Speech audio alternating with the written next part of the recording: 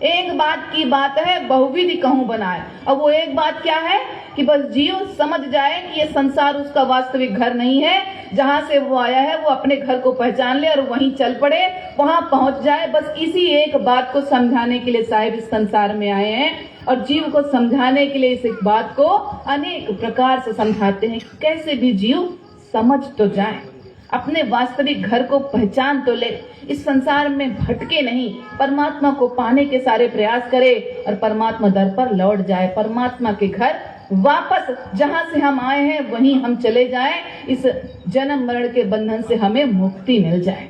तो साहेब समझाते हैं कि भेष बराबर भेष है, भेद बराबर ना है, तोल बराबर घुंघची पर मोल बराबर ना है।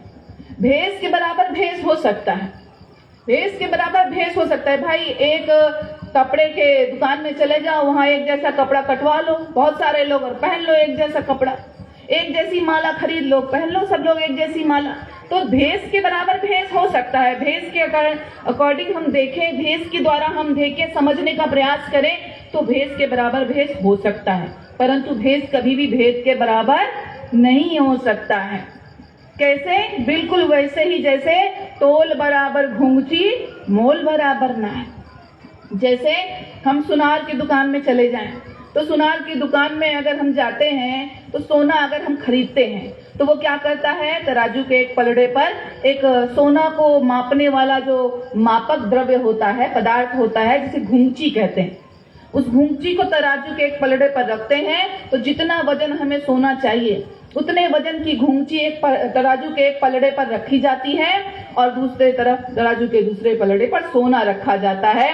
तो जब दोनों बराबर हो जाती है तो घुंघची के वजन के बराबर सोना तौलकर हमें दे दिया जाता है।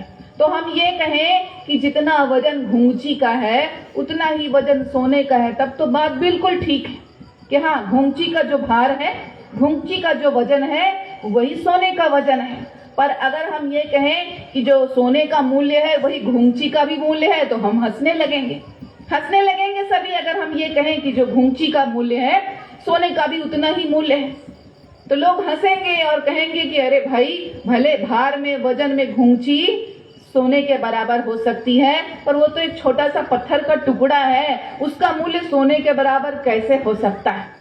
यही बात आध्यात्मिक जीवन में भी है। आध्यात्मिक जीवन में भी यही बात है कि तन के श्रृंगार से बात नहीं बनेगी, सद्गुणों के श्रृंगार से बात बनेगी। सद्गुणों का मूल्य समझें, जीवन में सद्गुणों का मूल्य है।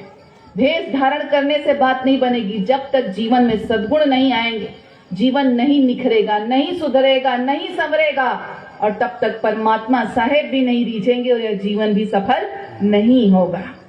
तो समझना है इस बात को कि भेष बनाने से बात नहीं बनने वाली, बात बनेगी कब? जब हम भेद को धारण करेंगे, सद्गुणों को अपने जीवन में धारण करेंगे। सत्य, प्रेम, दया, क्षमा, शील, संतोष, करुणा, जब हम इन सद्गुणों से युक्त हो जाएंगे तब परमात्मा साहेब हमसे रीझेंगे और हमारा जीवन सफल होगा। तो जीवन को संवारना है, संभालना है, सुंदर बनाना है तो सद्गुणों से बनाएं। देखिए, एक बार एक व्यक्ति एक संत जी के पास गया। संत जी के पास गया और बोला, संत जी, मैं इस गृहस्थी के बोझ से बड़ा थक गया हूँ, पक गया हूँ, उब गया हूँ। अब मैं यह सब कुछ छोड़कर आपकी शरण में आना चाहता हूँ। आप मुझे अपने जैसा बना लीजिए, आप मुझे बिल्कुल अपने जैसा बना लीजिए। संत जी ने कहा, अच्छा, तुम संसार के कार्यों से थक गए हो, घर गृहस्थी के बोझ से ऊब गए हो, तुम मेरे जैसा बनना चाहते हो, तो तुमने कुछ सोचा भी होगा कि तुम मेरे जैसे बनोगे कैसे। व्यक्ति ने कहा, हाँ, उसमें कौन सी बड़ी बात है संत जी, आप अपने कपड़े मुझे दे दीजिए, मैं आपके जैसे कपड़े पहनकर आपके जैसा बन जाऊंगा। संत जी ने कहा, अच्छा, मेरे जैसे वस्त्र पहनने से तुम मेरे जैसे हो जाओगे? अच्छा, ये बताओ, मैं तुम्हें अपने वस्त्र जरूर दूंगा, पर मेरे कुछ प्रश्नों का उत्तर दो। व्यक्ति ने कहा, क्या संत जी? संत जी ने पूछा कि ये बताओ कि अगर कोई स्त्री किसी पुरुष के वस्त्र पहन ले तो क्या स्त्री पुरुष बन जाएगी? कोई महिला किसी पुरुष के कपड़े पहन ले तो क्या वो महिला पुरुष बन जाएगी? व्यक्ति ने कहा, नहीं संत जी, अगर कैसे होता है तो गरीब के धन से मत समझ लेना। हम गरीबी का अर्थ क्या समझते हैं? इस संसार के धन से ही तो समझते हैं। साहेब को इस संसार की माया से, इस संसार के धन दौलत रुपए पैसे से कोई लेना देना नहीं है। तो साहेब गरीब किसे कह रहे हैं समझें। हम इस संसार की दृष्टि से देखते हैं तो हमें क्या लगता है कि इस संसार में जिसके पास रुपए पैसे हैं, धन दौलत है, वो इस संसार में अमीर है, और जिसके पास रुपए पैसे नहीं है, धन दौलत नहीं, वो इस संसार में गरीब है। पर ये बताइए कि ऐसी धन दौलत किस काम की, जब जीवन में सुख ही नहीं है, शांति ही नहीं है, आनंद ही नहीं है, चेहरे पर मुस्कान ही नहीं है, मुंह में मीठी जुबान ही नहीं है, तो ऐसे धन दौलत रुपए पैसे का क्या फायदा है।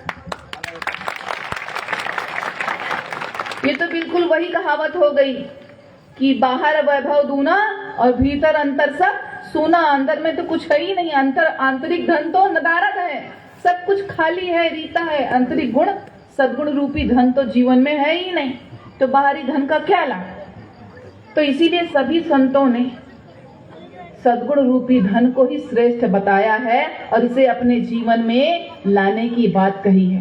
देखिए, इस संसार के धन के बारे में तो कहा गया है कि इस धरा पर सब कुछ यहीं धरा रह गया है। इस धरा पर सब कुछ यहीं धरा रह जाता है। जीव अपने साथ कुछ भी नहीं ले जा सकता, एक तिनका भी नहीं ले जा सकता, एक सुई भी नहीं ले जा सकता, एक सिक्का भी नहीं ले जा सकता इस संसार से जाते समय।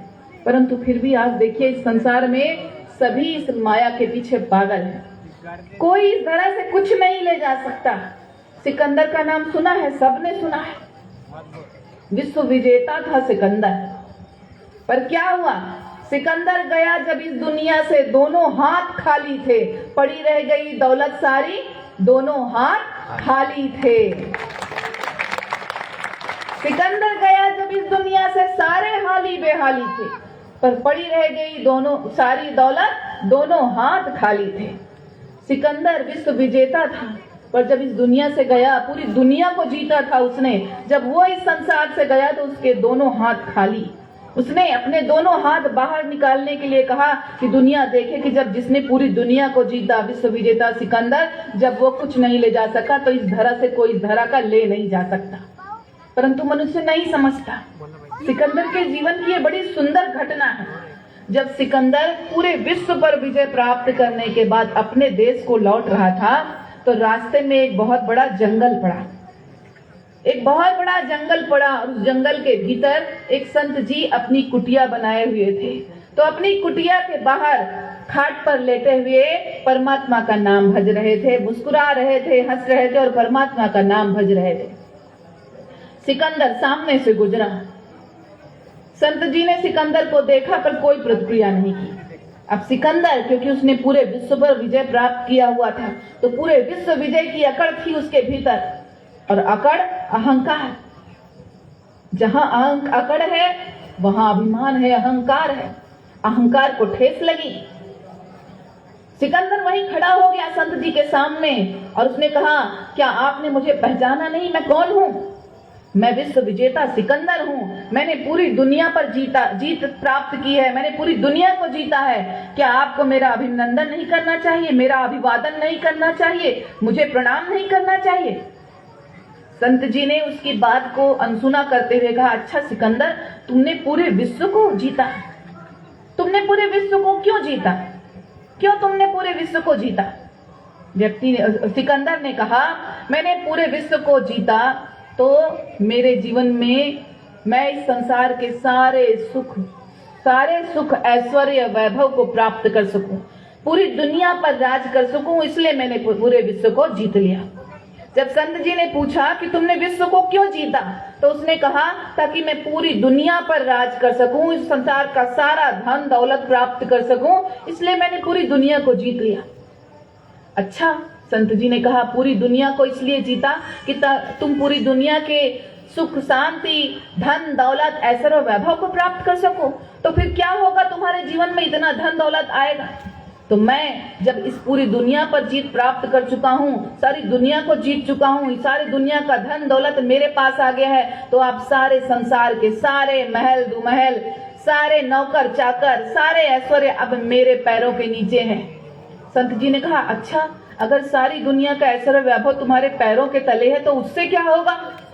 फिर सिकंदर ने कहा उसके बाद